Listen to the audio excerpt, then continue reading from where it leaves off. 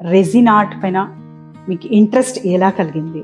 అసలు మీ ఈ జర్నీ ఎలా స్టార్ట్ చేశారు? 2015లో నా మ్యారేజ్ అయిన తర్వాత 9 months తర్వాత వి మూవ్ టు బెంగళూరు. మా హస్బెండ్కి అక్కడ మంచి ఆపర్చునిటీ వచ్చిందని. మూవ్ అయిన ఒక 2 weeks తర్వాత నాకు తెలిసింది ఐ వాజ్ ప్రెగ్నెంట్ అని. నేను మళ్ళీ I didn't look for a job. I wanted to, నేను ఒక స్టే అట్ హోమ్ మామ్గా I wanted be available to my child. అలా స్టార్ట్ అయింది. ఒక 3 years sabbatical అయిపోయింది. తర్వాత నేను జాబ్ వెతుక్కుందాం అనుకునే టైంకి కోవిడ్ స్టార్ట్ అయింది. మీన్ వైల్ నేను ఆర్ట్స్ ఎక్స్ప్లోర్ చేస్తూ ఉండేదాన్ని. ఒక ప్యాషనెట్ ఆర్టిస్ట్. ఆర్ట్ అనేది ఆల్వేస్ అసోసియేటెడ్ విత్ లైఫ్.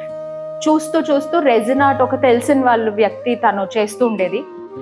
చాలా ఇంట్రీగింగ్గా ఉండేది. ఇంత బాగుంది, ఇలాగా ఎలా చేస్తుంది, ఇంకా చేయగలనా, నేను చేయగలనా, అలా స్టార్ట్ అయిన ఒక ఇంట్రెస్ట్ ఇంకా దాన్ని పెంచుకున్నాను. ఫస్ట్ నేను చేసినప్పుడు ఇట్ వాజ్ అ ఫెయిలియర్. నేను రాంగ్ మిక్స్చర్ చేయడము, అది డ్రై కాకపోవటము. Then I gave up. ఒక 1 year వరకు ఇంకా నేను ఇది ముట్టుకోకూడదు, నేను చేయకూడదు, ఇది నాకు కాదు అనుకుని వదిలేశాను.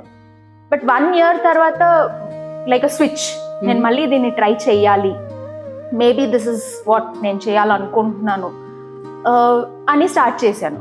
బట్ అట్ ది ఎండ్ నేను ఒక వర్కింగ్ ఉమెన్గా ఉండి స్టే అట్ హోమ్ మామ్ అయినప్పుడు టూ మెనీ క్వశ్చన్స్.